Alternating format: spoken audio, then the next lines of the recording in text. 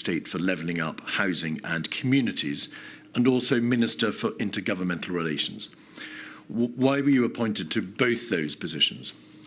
The Prime Minister recognised that levelling up was a principal focus of domestic policy that had not, in his view, at that time, had the focus and drive devoted to it required.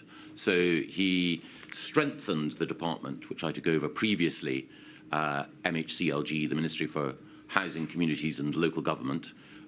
We had an additional permanent secretary who was appointed on a temporary basis. I know it may seem odd to have a temporary permanent secretary, but Andy Haldane joined us in order to drive that activity. But intergovernmental relations, which had been exercised from the Cabinet Office, was added, and I think the Prime Minister believed that it was a complement to the work of levelling up across the whole United Kingdom to have a minister responsible for coordination with the devolved administrations. And what was the genesis of that ministerial position, Minister for Intergovernmental Relations? Had there been a review, in fact, before that time, into United Kingdom government union capability? Absolutely.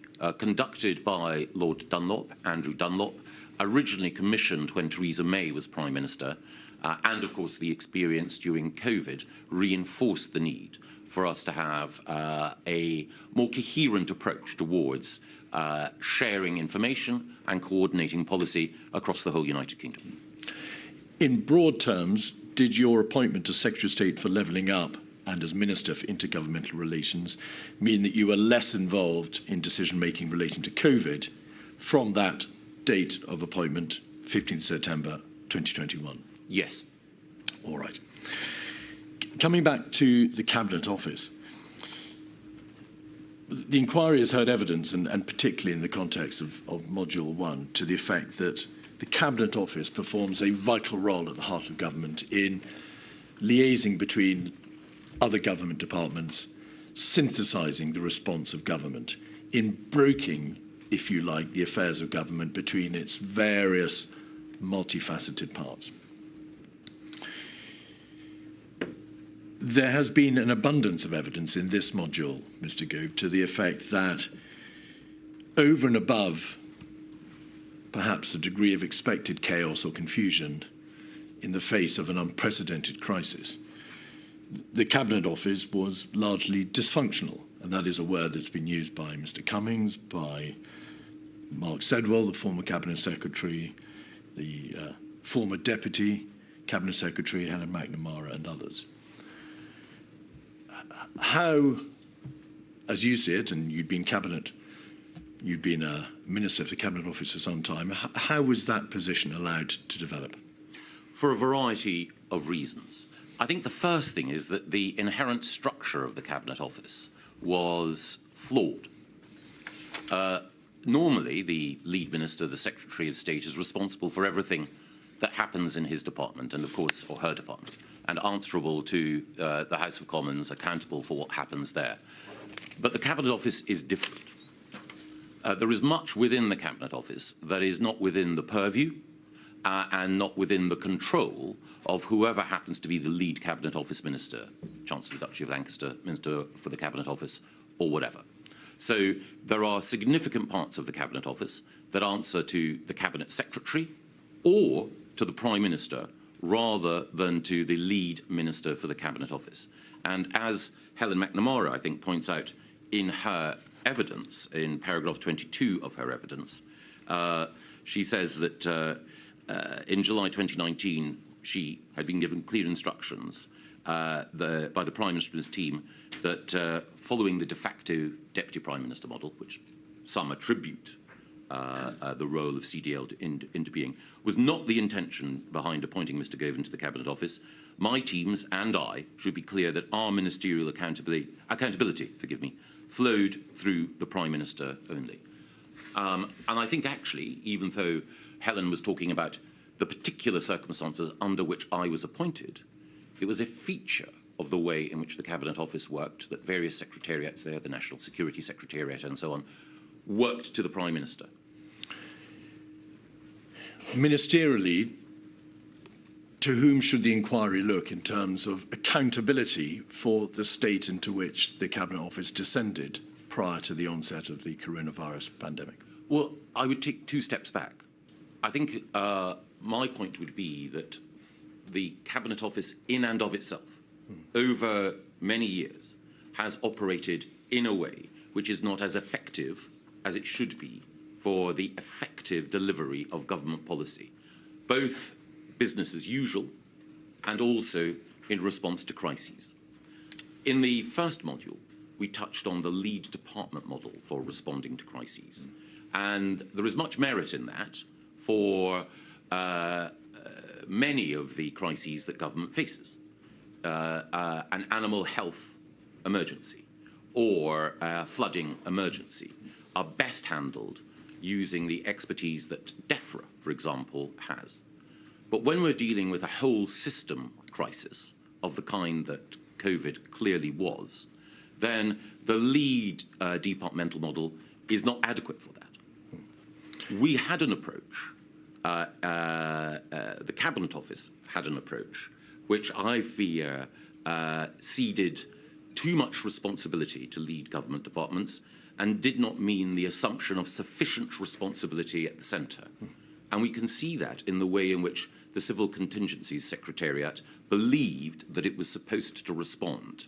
It was not occupying, I believe, their space, and it did not exercise the authority that it should have done across government, partly because of the lead department model.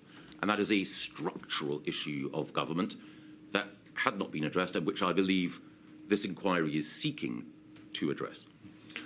Can I return to the structural position in a moment? My question was in fact directed at the nature of the Cabinet Office itself, rather than structural issues which may have arisen between itself and other government departments, in particular the response of government in the face of a whole government crisis.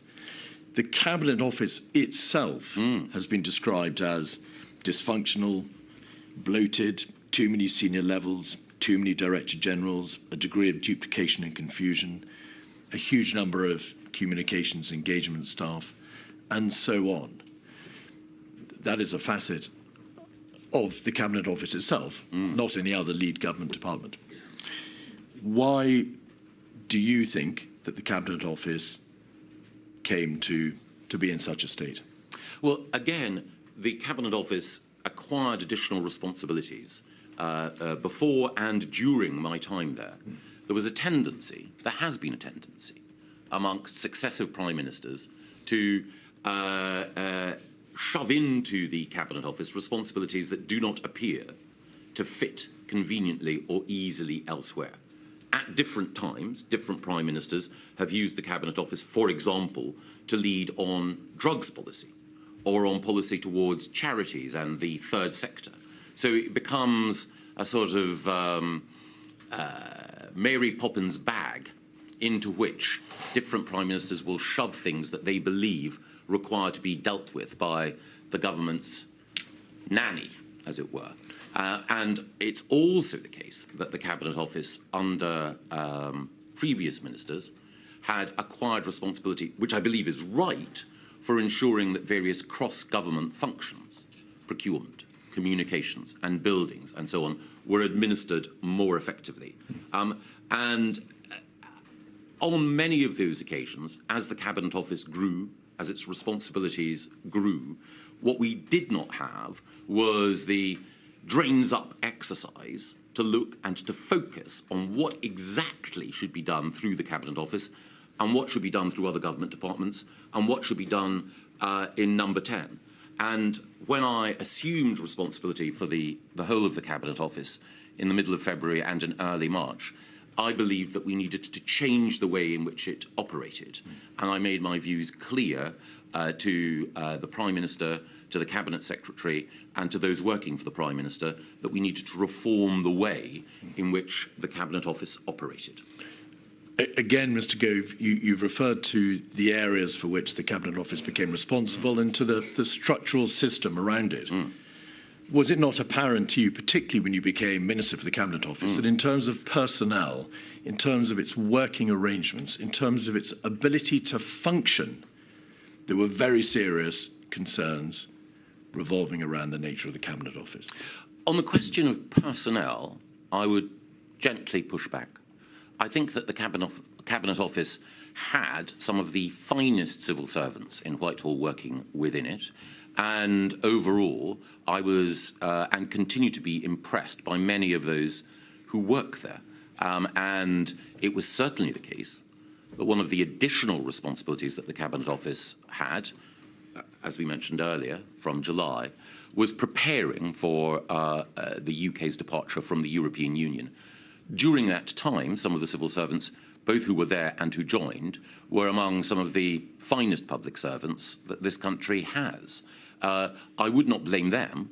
I think the dysfunction in the Cabinet Office was a consequence of two things.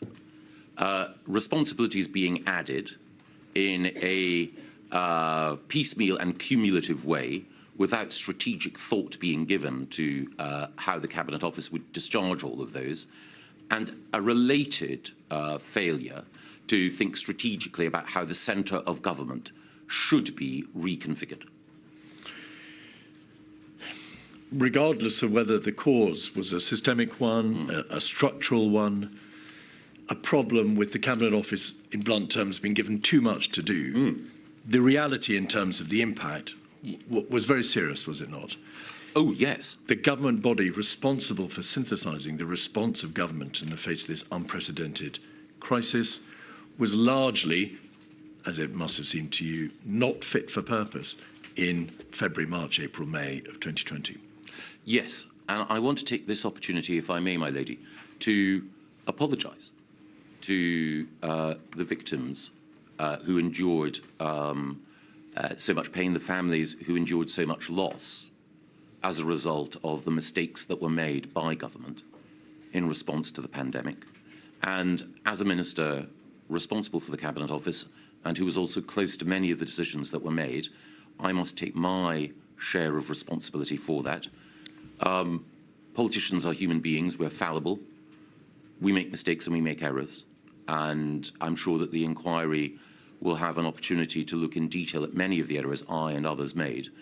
But I also want to stress that I and those with whom I worked were also seeking at every point, in circumstances where every decision was difficult and every course was bad, to make those decisions that we felt we could in order to try to deal with an unprecedented virus and a remarkable assault on the institutions of the country.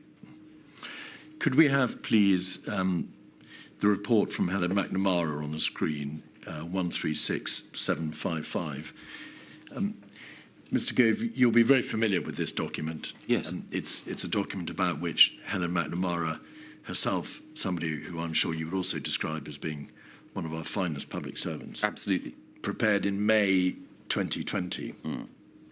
And the tenor of this document, Mr. Gove, is that not in terms of the structural responsibilities of the Cabinet Office, but in terms of its output, in terms of the personnel, in terms of the culture, in terms of what it was actually able to do, there were very serious problems. The culture was not getting the best from people. There was powerlessness. There was bad behaviour from leaders, too much politics, the talking over of junior women. She says, too many Cabinet Office senior leaders, which means they can't take decisions without consulting others. A superhero culture. The Cabinet Office has fallen out of shape. Those are damning observations, are they not? Yes, they are. And Helen's broader evidence points to the way in which, as she says, the Cabinet Office is not elastic. It was moved into a particular shape as a result of some of the successive responsibilities that I mentioned earlier. And so the overall structure of the Cabinet Office was not such that it could perform as it should, as any government department should, when faced with a crisis. Some of the behaviour that Helen quite rightly points out and calls out is, I think, a regrettable feature of one of our failures to effectively and at an early stage change the way in which the Cabinet Office worked. And as I mentioned earlier, there were a variety of changes that I wished to make, including some that I did make to personnel, which were intended to address some, though not all, of the concerns that Helen rightly raises. Right at the bottom of that first page, there are these words: sense that Cabinet Office has lost its way in making the Whitehall machine work for number 10, and then over the page, not synthesizing departments or leveraging machine. That is a fairly broad observation, of course, but it may be thought to be an obvious one. If it had appeared to Helen McNamara that in this very general sense the Cabinet Office was failing in its primary role of leveraging the government machine, that must have been apparent to you from being Chancellor of the Duchy of Lancaster, which of course is a related Cabinet Office ministerial role, and certainly from February 2020 when you became Minister for the Cabinet Office. Yes. What did you do yourself in February, March, April to address the concerns which you appear to have shared? Well, the first thing is that when I was Chancellor of the Duchy of Lancaster solely, as I mentioned earlier, my focus was on Brexit preparations. And again, we discussed in the inquiry the extent to which I believe that those helped us to prepare for some of the challenges of COVID.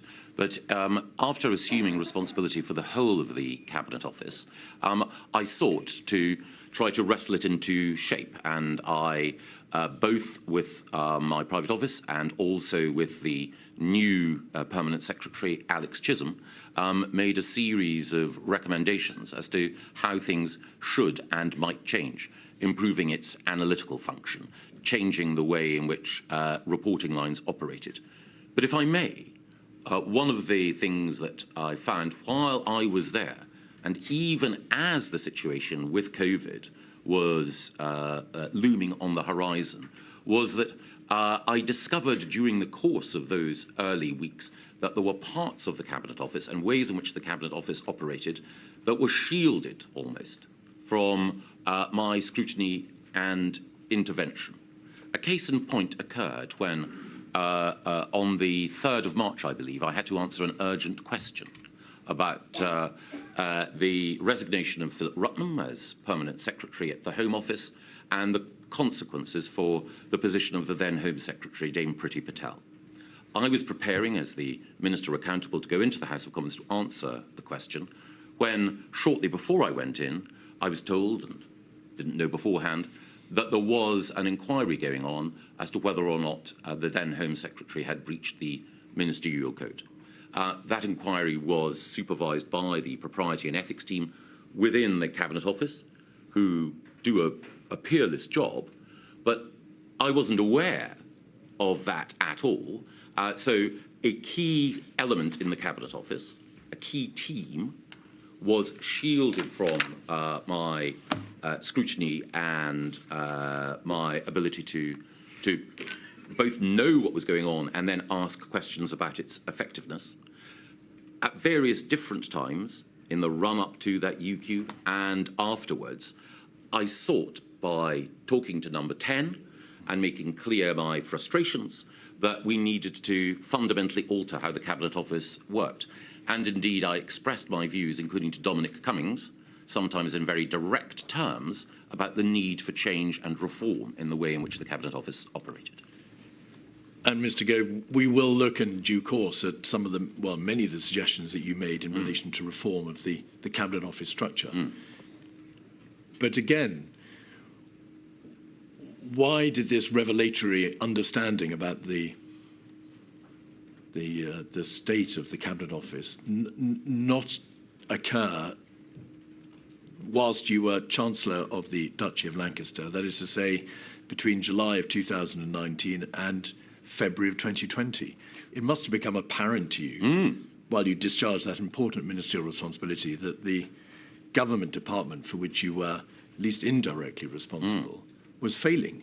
Well, the first thing is that my responsibility as CDL was to make sure that the inadequate preparations that we had made for our departure from the European Union were ramped up. And that was the principal focus of my work. It meant enlisting additional people from outside the Cabinet Office to come in. Already I was aware that in one area, a central area of government responsibility, government was not configured as it should be. I was, during that time, increasingly aware of some of the inherent dysfunction within the Cabinet Office, but it was only when I assumed full responsibility as MCO that it became clear to me quite how dysfunctional the structure of the organisation was. And as I mentioned earlier, there were parts of the Cabinet Office that, and perhaps rightly, considered themselves not to be responsible to or accountable to me, or indeed anyone who was CDL or MCO.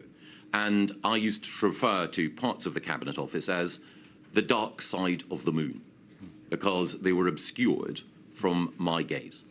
If you were increasingly aware, as you say you were, why did you take no steps prior to March 2020 to address the problem?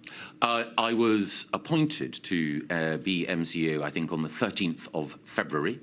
And I think within weeks, I was making clear to Number 10 and others. I mean, I apologise. Between July 19, when you were Chancellor of the Duchy of Lancaster, and March 2020, when you had your feet under the table of that new ministerial responsibility. Again, it's a nature of a feature, and in the nature of cabinet government, that you can make observations to the Prime Minister and to others about the weaknesses that you discern in other parts of government, but there are delineations of responsibility. So, did you, and I apologise for interrupting, did you make those observations between July 19 and February 2020? I made some observations informally about some features of how the government machine was operating, but at that time, I was prioritising what I considered to be the role and mission that the Prime Minister had given me, and which I believed was absolutely critical. So, as I arrived as Minister for the Cabinet Office, alongside being Chancellor of the Duchy of Lancaster, I had concerns, but I wanted to familiarise myself with the shape and structure in greater detail before then making recommendations for change. Normally, in previous cabinet roles, when I've arrived in departments and I believed that there needed to be change, I've taken a couple of months before instituting what some of those changes are, because I wanted to make sure that I properly understood why things are the way they are, before then arguing for change. When I arrived at the Cabinet Office, it was rather quicker. There is a principle in politics, the principle of Chesterton's fence. Sometimes the existence of a particular institution or protocol seems irrational, but before you remove it, you need to understand why it might have been put there. And that applies in other government departments.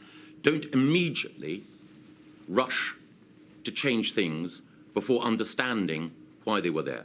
Well, but as you say, while I was Chancellor of the Duchy of Lancaster, I became increasingly aware of the need for change. And then, as Minister for the Cabinet Office, I sought quickly to familiarise myself with those aspects of the operation of the Cabinet Office that I had not been directly responsible for beforehand, and became even more seized of the need for changing how it worked.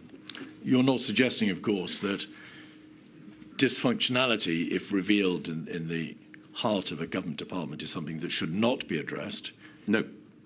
No, it absolutely should be addressed. Right. But my point is one born of experience, which is you need to understand why things are the way they are, that things which at first or even second glance within government or within any institution, which may seem a barrier to progress or may seem illogical, must have seemed at one point logical to someone.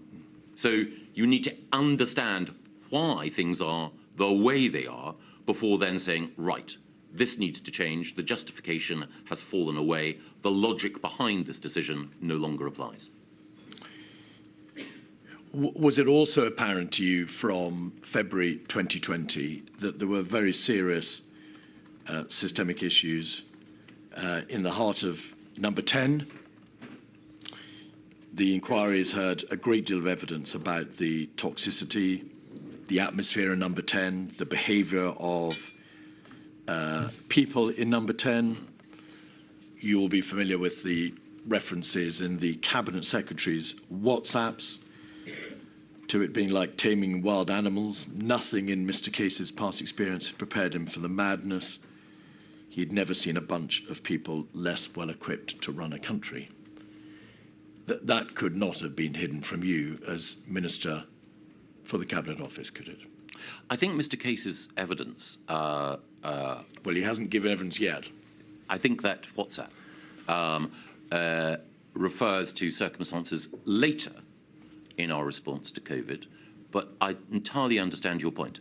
I think it is the case that almost every number 10 operation has had by its nature strong personalities. Sometimes those personalities clash, sometimes under tension. Humans express themselves in ways which, with the benefit of hindsight, they regret. It is certainly the case that under Boris Johnson, there were strong personalities in number 10, but those strong personalities had been responsible for helping to secure not just an election victory, but an end to the logjam in Parliament over Brexit. And many of those strong personalities needed to be assertive in order to deal with some of the other challenges that we faced. But you accept, do you not, that this was an issue going beyond personality clash? The behaviour, the style, the personalities of the people in number 10 had a direct impact on its functionality, on its ability to perform in the face of this unprecedented crisis. You would accept that proposition?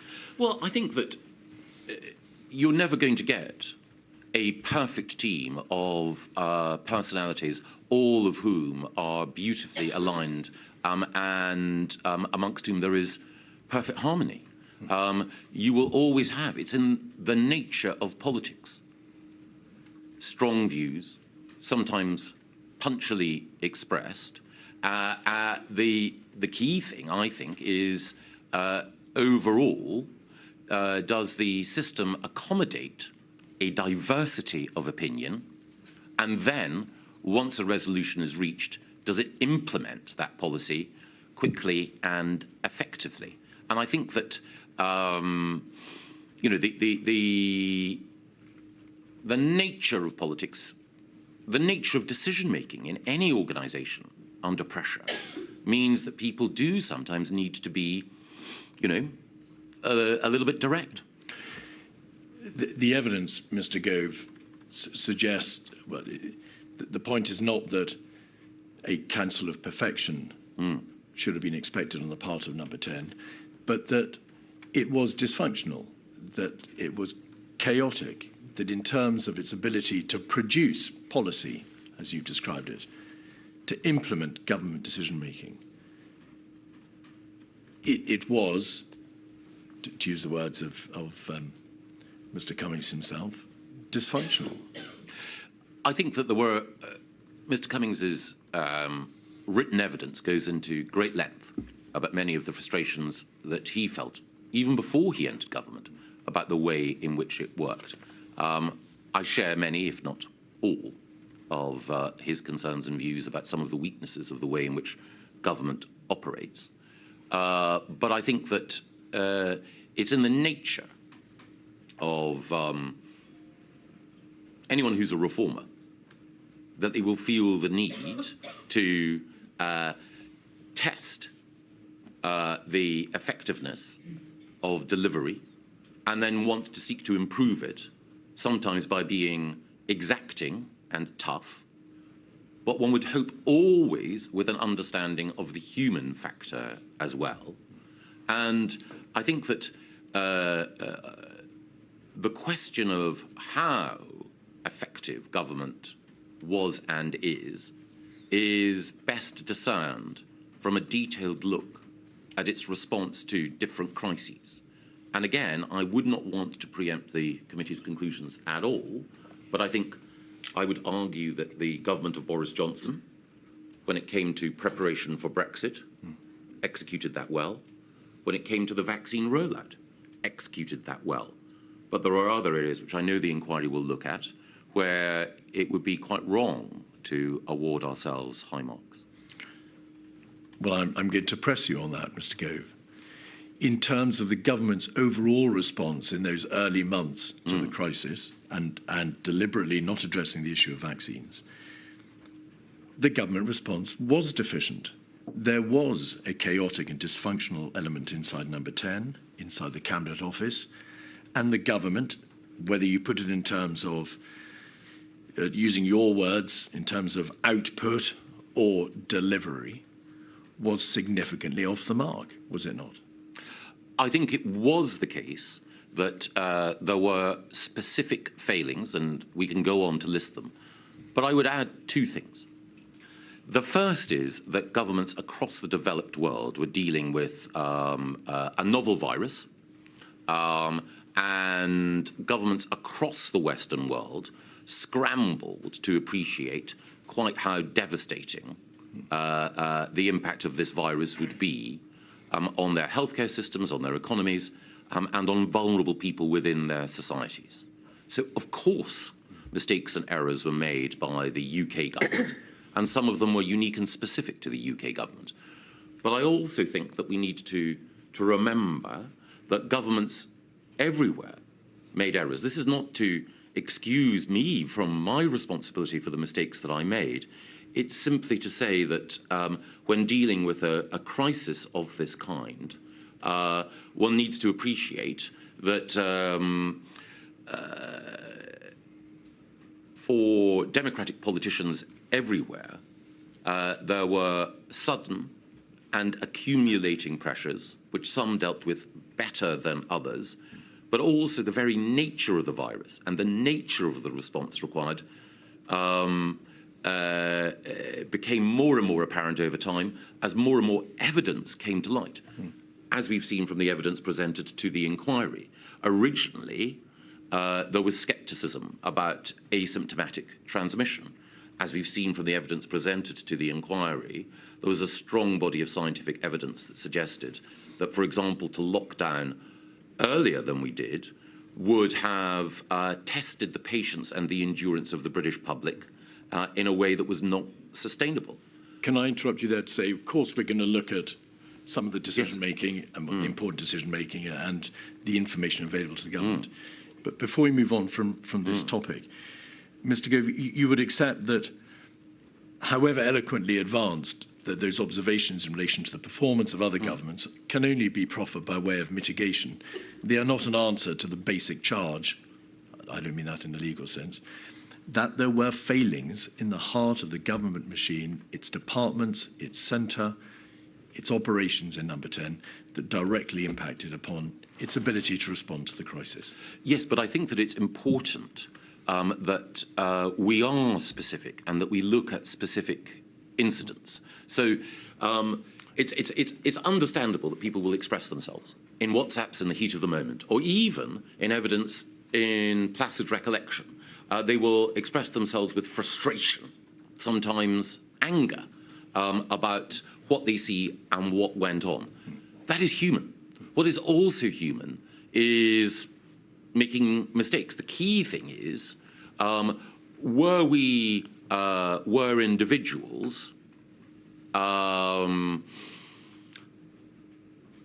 case by case operating in a way that was cavalier, irrational, or foolish? And my contention would be that if we look in detail at each of the processes of decision-making, we can understand that many of the weaknesses were as a result of systemic factors. Other weaknesses were as a result of people's preferences, instincts, and judgments, leading them in a particular direction, which, with the benefit of hindsight, was wrong. Indeed. The DHSC, you must have been in a position to form a view, in a general sense, about its ability to respond to the crisis.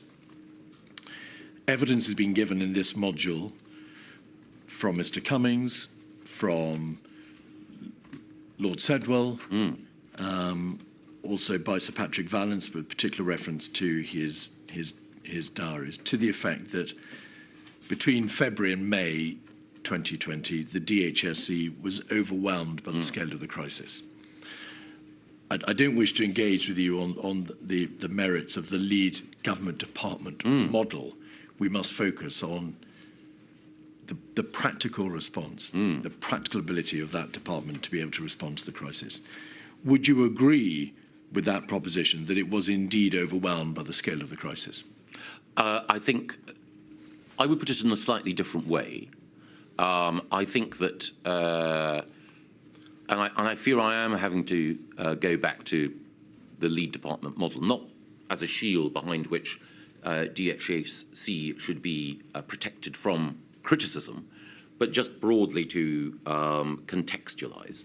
The first thing that I would say is that I have a very high opinion of the then and current Permanent Secretary at the Department, Sir Chris Wormold, with whom I worked at the Department for Education. The other thing that I would say is that I also, and I know not everyone testifying towards this inquiry has, I also have a high opinion of Matt Hancock as a minister. However, I believe that too much was asked of DHSC at that point, and it goes to the heart of one of the challenges that I mentioned earlier. We should collectively have recognised that this was a Hill system crisis at an earlier point and taken on to other parts of government the responsibility for delivery that was being asked of DHSC at that time. I think with the benefit of hindsight, those within DHSC felt we can do it. We can meet this hour. And I think that while that degree of commitment and leaning in is admirable in spirit, the truth is that at an earlier stage we should have broadened responsibility. We did, in due course, with the setting up of the ministerial implementation groups, the COVID-19 task force and so on, but I do believe that should have happened earlier. You've said that there may have been an element in the DHSC of we can do it. Yes. In Sir Patrick Vallance's diaries, that there are references to Mr. Hancock appearing to want to keep too much to himself. That in the face of the operational mess, as he describes it, into which the DHSC descended, there was a failure on Mr. Hancock's part and the part of the Permanent Secretary to tell the rest of government how it was. They kept too much to itself, or to themselves. Would you agree with that proposition? Yes, but I think that, as I've just described, it was a desire to rise to the occasion and a wish to not evade responsibility, actually, on their part. But there should have been, arguably, a greater degree of challenge at an earlier stage. And it was the case that I'm sure others as well, used Cobras and used other opportunities, emails, messages and so on, to try to ensure that the right questions were being asked and that DHSC, if it wasn't able to deliver in a particular area, sought the help of other government departments or had the oversight and scrutiny that other government departments could bring. Regardless of their intentions, and they may have been honourable, you would agree that a failure to move fast enough, a failure to keep the rest of government informed as to the crisis faced by the DHSC was a significant failing in itself. That is not how the system is meant to work. Well, I would take it one step back, which is that I think it is the case that there was a noble intention on the part of DHSC, but it is not as though DHSC was the sole repository of information about what was going on with the virus.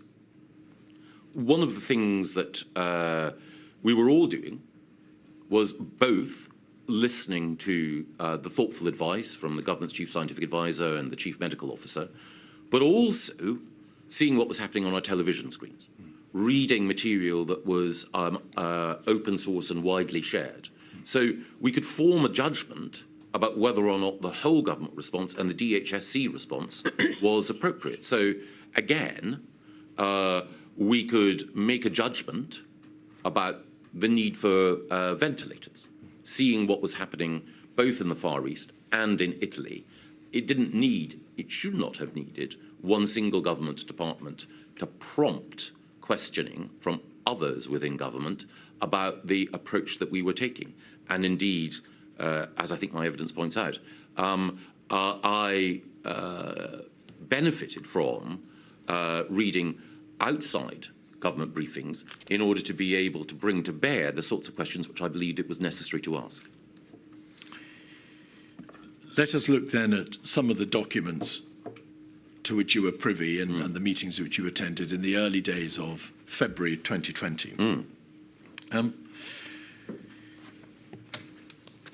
Just by way of introduction to this topic and to explore your understanding as to what, in general terms, what general state the United Kingdom was in. Professor Sir Chris Whitty has stated that he was under no illusions that the United Kingdom was well set up to meet the challenges of a major pandemic, because he knew that investment in healthcare had been suboptimal. He knew that the pan-flu plans, such as they were, wouldn't necessarily stand up to the challenges of coronavirus. And of course, he was aware there was no sophisticated or scaled up test and trace and isolate system, in contradistinction to some other countries. In general terms, Mr. Gove, in early February, were you aware of those concerns? Was that a viewpoint that you shared? Were you under any illusions as to the general ability of the United Kingdom to respond to this crisis? I think it was only later in February that I began to feel a sense of concern about how well prepared as a country we were. Prior to that, A, I didn't have the MCO responsibilities, but B, the general sense was that we were relatively well prepared as a country. Those were the assurances that we were being given across government. And I broadly took those on trust. I think there were some ways in which the government, as a result of exercises and steps that we'd taken beforehand, was, in a position to deal with aspects of the crisis, other areas where we were clearly weaker. But no, I didn't have the prescience to see in early February that we were not well prepared. I think it was only later in February and early in March that my concerns about our response mounted.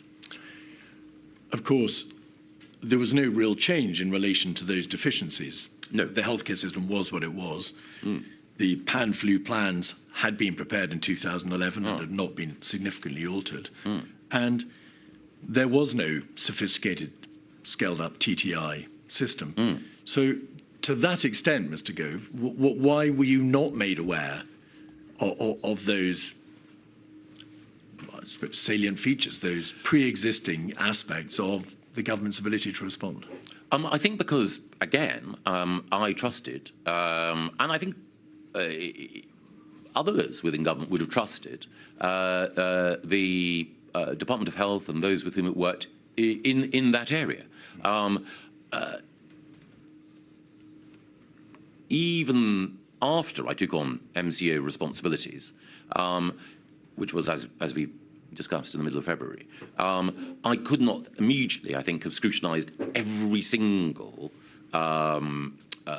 contingency plan across government and tested it with the rigour that might have been deserved. Of course. And of course, we were in the middle of an evolving crisis, and as I mentioned earlier, and as is well known, while the plan for pandemic flu that had been developed was, had many strengths and virtues, it was in the nature of the virus that we faced that it presented a different set of challenges from those that pandemic flu. Indeed. Presented. But you would therefore accept that it turned out your trust in the system of government, your trust in, as you've described it, in the understanding that structurally the United Kingdom was well placed to meet the challenges of this new virus, were misplaced. It turned out we were not. We were not as well prepared as we should have been, ideally. I think that is true. Again, it's in the nature of the fact that the virus was novel. And indeed, I think, though this probably goes beyond the remit of the inquiry, there is a significant body of judgment that believes that the virus itself was man-made, and that presents a set of challenges as well. Forms no part of the terms of reference of this Indeed. inquiry, Mr. Gove, to address that somewhat divisive issue. So we're not going to go there. But I think it is important to recognise that the virus presented a series of new challenges that required both the science to adjust, and science by definition adjusts on the basis of accumulating evidence both about the operation of the virus and its effect on particular elements within the population. Well, we'll come to that quite separate issue in a moment.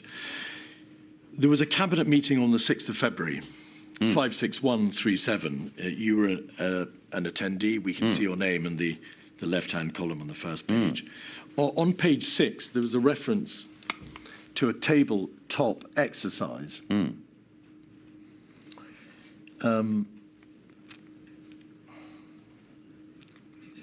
We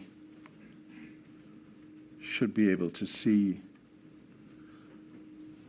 that reference, perhaps not on, therefore,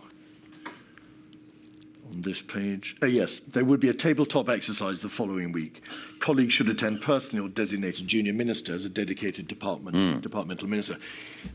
That may have been, I think it probably was, Operation or Exercise Nimbus, which took place on the 12th of February. Did you attend Exercise Nimbus? No. What learning was communicated to you about the outcome of that tabletop exercise to which there had been reference in Cabinet? I do not recall any specific reference to exercise or Operation Nimbus.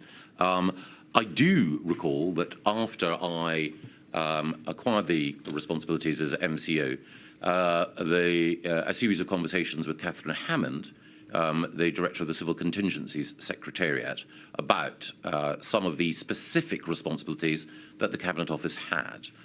One thing I would say, which again goes to some of our earlier points, in the conversation that I had with Catherine, again, great public servant, quite a lot of the conversation was preoccupied with excess death management. Very sombre and important subject.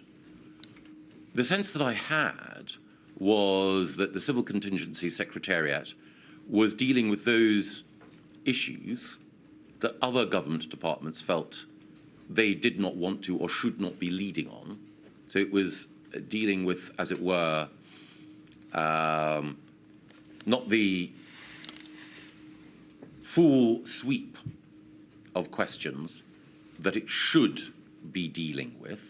And I was struck by the fact that Cabinet Office, instead of assuming that broader coordinating role, which I would have assumed that it did, was instead being expected to deal with, admittedly, a hugely important section of our response rather than the whole of the response. What other matters, what issues should it have been dealing with?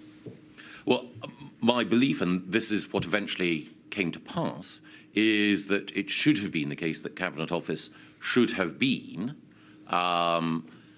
in a position with the resources and the structure in order to be able to more rigorously interrogate and then take control of the response to crises that other government departments, as lead government departments, had arrogated or had been allocated to themselves, or had been allocated, I should say. And therefore, we may presume from your evidence that it did not do those things. Can I ask you what your understanding was in a very broad sense about the nature of the work done by the CCS? Because the material, as you rightly identify, shows that the CCS, the Civil Contingency Secretariat, was concerned with planning for excess death management. Yes. I mean, what a terrible euphemism. Yes. It was dealing with issues such as body bags. Yes. And the care for and the looking after of dead bodies. Yes. it was concerned with the promulgation of a pandemic, in fact, a flu pandemic bill. It was concerned with the surge capacity within the NHS and with the financing of the care sector. Yes. But there was no consideration of possible countermeasures at that stage, or in a broad sense of infection control matters. Yes. Is that the area to which you're referring when you say there were areas it didn't address? A part of it, but it's even more a prior question, which is if you have a lead government department and the Secretary of State for that lead government department chairing COBRA, he is asking of other government departments for a variety of things. So if I were Secretary of State for Health and it were a pandemic, or if you were...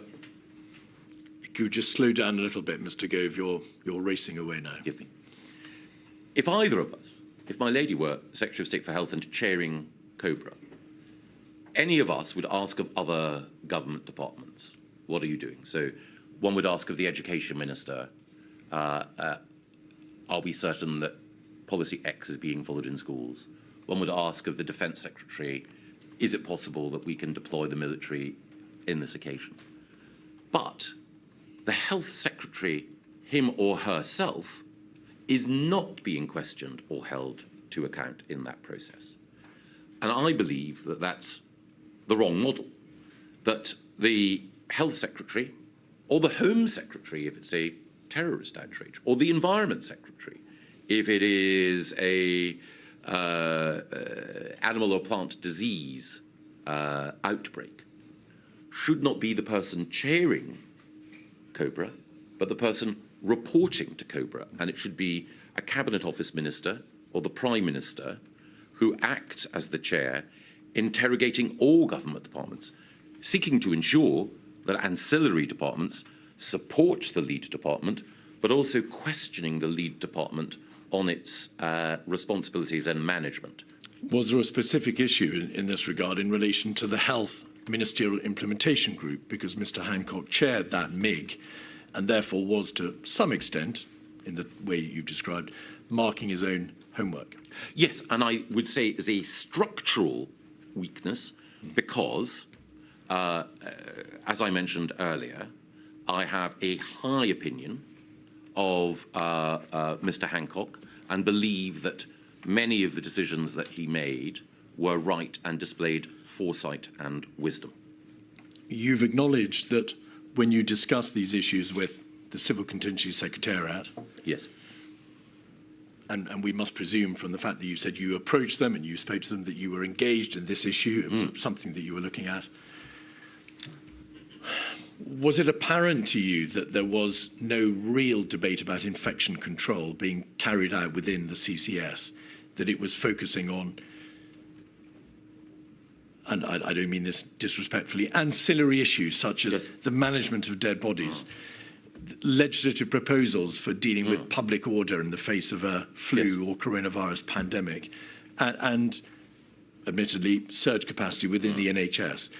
In central government terms, there was no real consideration of how do we stop this virus from spreading, of what infection control measures need to be thought about and then put into place. What was your reaction? Yes, I would not want to overstate either my knowledge or my prescience. All that I felt when I was talking to Catherine is, A, as you say, the whole issue of excess death management is sombre, chilling, scary. Also, why is this assuming so much of the Civil Contingency Secretariat's time and time in this conversation when there are so many other aspects of dealing with this emerging pandemic that require to be addressed? What I could not say, because I did not know enough, is who's dealing with X, who's dealing with Y, who's dealing with Z, because appreciating the need for infection control, non-pharmaceutical interventions, therapeutics and so on, was something that I only became more acquainted with as the crisis developed. In this cabinet meeting, you'll see 2 or 3 lines above the reference to tabletop exercise, the words, the central point to make was that the government had a plan to deal with this illness, and this was guided by science. Yes. I don't intend to ask you any questions about the doctrine of following the science, but what was the plan, as far as you understood it, that the government had in place to deal with the illness? What plan? You must have asked yourself. Yes, and the plan, and this was again emphasised in Cobra, was a plan to delay and contain the spread of the disease. The disease, however, overwhelmed that plan, yes, to put it mildly. How delay, how contain, Mr. Gove? What was the plan for delaying, for practically stopping the spread of the virus into the United Kingdom, and then containing it thereafter to the extent that containment, delaying it thereafter to the extent containment was lost? What were the nuts and bolts of that plan, as far as you understood it to be? That we should use testing and contact tracing in order to monitor the spread of the disease, and that seek to isolate those who were infected. You understood, of course, that that system dealt only with index cases, a relatively small number of travellers who had come into the United Kingdom, and that there was, beyond the first few hundred, absolutely no system for testing, tracing and isolating. Quite. And not only was the system at that time proven to be inadequate and overwhelmed, there were subsequent problems with testing and contact tracing throughout the pandemic. I would only add, however, that the initial evidence that ministers were presented with was that there was a low likelihood of asymptomatic transmission, and obviously we subsequently discovered, we all discovered that was not the case. That is to do with the overarching understanding of the characteristics of the virus, but focusing on what the Cabinet was told by the CMO about the nature of the plan. This was plainly a matter of the gravest concern, and you were being assured, don't worry, we've got a plan. Yes. And I want to ask you, what was your understanding of the mechanics of that plan beyond, well, we're going to contain it and delay it? That principally, but also that we had, as Chief Medical Officer, one of Britain's foremost epidemiologists, that we had a robust system within the NHS of providing surge capacity at certain moments, and that we had stocks of some of the drugs that might prove efficacious and of PPE. Of course, it was in the nature of our preparation that our preparation was for a flu pandemic, and that the PPE and drugs that we had were aligned with that type of pandemic, not the coronavirus pandemic, as it turned out. Even at that stage, Mr. Gove, it was known to everybody there was no antiviral or no therapeutic for this coronavirus. So that could have been of little solace. In terms of how it was envisaged that if the virus spread beyond the handful of travellers and index cases, infection control measures could be put into place, what debate was there? That debate only intensified, or really took place later. I'm so sorry to interrupt. There was no debate about the nature, the existence of infection control measures at this stage in early February. Well, there was an observation, or a series of observations, about what was being done in East Asian countries, and particularly in China. And again, a central question that I know many of us will be asked to address is the wisdom or efficacy of lockdown. But I think, as the CMO, CSA and others have said, lockdown was an unprecedented departure for a country like the United Kingdom with its traditions of liberty. Normally, it would be the case that those who were infected, and visibly so, would be isolated, not an entire population being locked down. It was a very, very significant step, I believe, right and justified given the nature of the virus, but nevertheless a momentous one. And again, we were looking at emerging evidence at that time. And again, I would stress that the burden of the advice that we were being given in early March was that thinking about locking down the population was not just a momentous step and a significant departure from what had gone before, but a policy that would have to be introduced with care, because we could not expect the UK population to endure those restrictions for too long. We will return, of course, to the issue of lockdown. But for present purposes, it wasn't, of course, a decision that was made until the 23rd of March. Indeed.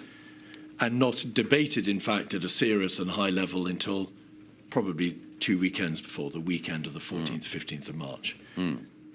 You accept, therefore, Mr. Gove, that whilst debating the spread of a new coronal viral outbreak, acknowledging, as you have done already, that there was a dawning realization that there were no practical measures that could stop its spread, no TTI, sophisticated TTI system, that the virus, once it got out of China, would be impossible to be limited, to be kept away from our shores.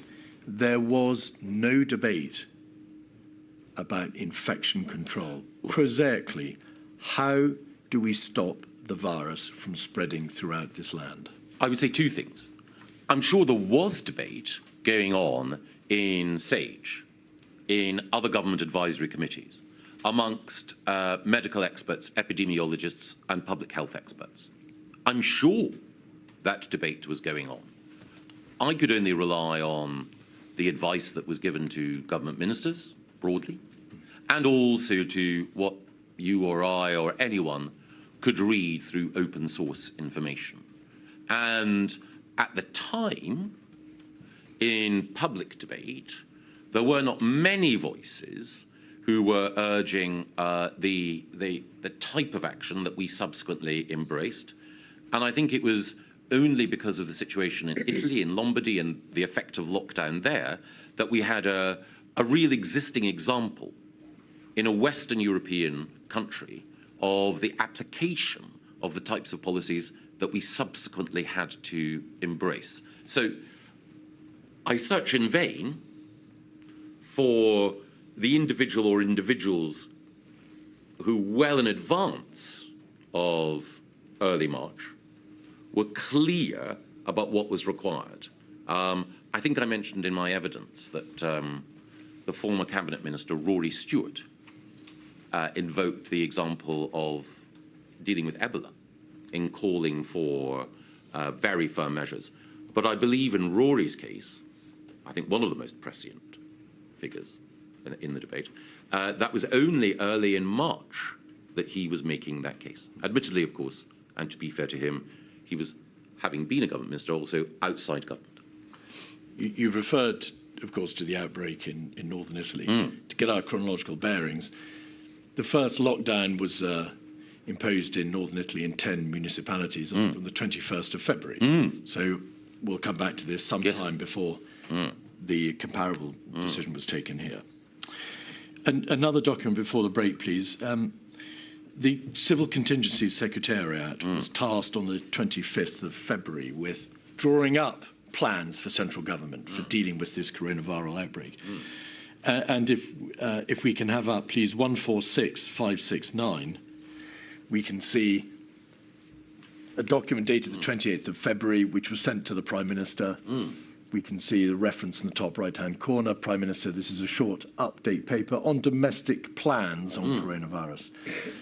Attached is the full action plan Matt wants to publish on Tuesday, and which Cobra will review Monday. That's a reference to the action plan, which ultimately was published on the 3rd of March. If you could scroll back out, we can see, dated the 2nd of March, that the CCS is saying in paragraph 1, COVID-19 looks increasingly likely to become a global pandemic, although this is not yet certain. I'm not going to debate with you, Mr. Gove, when it became understood that there would be a global pandemic, but that was the position taken by the CCS. However, a global pandemic will require a step up in our response as we use additional legal powers, public messaging and difficult policy decisions to delay the onset of any peak and mitigate the worst impacts. If we could scroll back out, we can see then in paragraph 3, preparations are well underway. COBRA is meeting regularly and our best scientists are advising on when this step up will be needed. We need to share more of our planning. And then to get your bearings, if we could scroll back out on page 2 at 7, 8 and 9,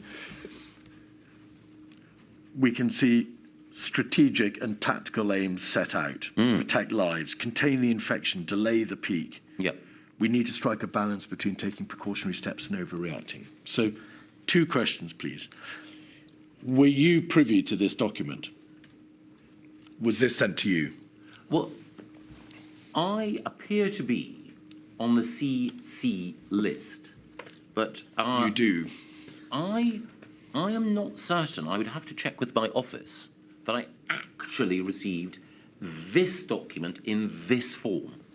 There was another variant of this document, of course, one without the note on the top, the Yes. handwritten note, which is why I've taken you to it. Yes.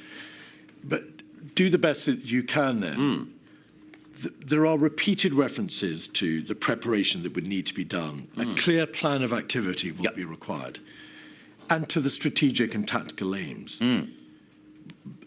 At this time, at the end of February, which is over a week after the lockdowns have been imposed in Italy, were you struck by the absence of detailed infection control plans, the practical measures which ultimately, of course, were imposed? Did it strike you that their omission from this core document from the Civil Contingency Secretariat was significant? I think it was only a week after that, the week commencing the 9th or 10th of March, that my concerns began to mount significantly. There's a reference to overreaction in paragraph 9. As cases spread across the world, the risk of overreacting is reducing.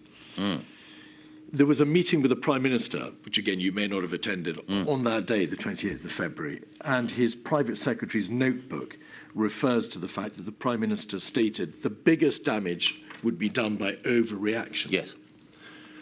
What was your view at this stage, around about the end of February, on the danger of overreacting? I recognise the case. I do not believe that it was at the end of February. I believe that it was just a little bit later. As I say, on the week beginning the 9th or 10th of March, that I became convinced that the danger was underreacting, not overreacting. But I think that the Prime Minister's view that on past occasions we had seen, not so much foot and mouth, forgive me, Freudian slip, BSE, that we had seen an overreaction. I think his natural concern was that if we paralysed the economy, there would be undoubted costs. There were undoubted costs. And before taking such a grave step, we needed to be absolutely certain that it was justified. As I say, at the time, at this precise point, around the very end of February, I was inclined to give substantial weight to the Prime Minister's concerns. It was only in the succeeding days that I became more and more convinced, actually, that action was required. And that was partly because of what I had seen happening in Italy, partly also material that had been sent to me by friends outside government that led me to believe action was needed. Milady, is that a convenient moment? It is, certainly. Forgive me, 11:30, please.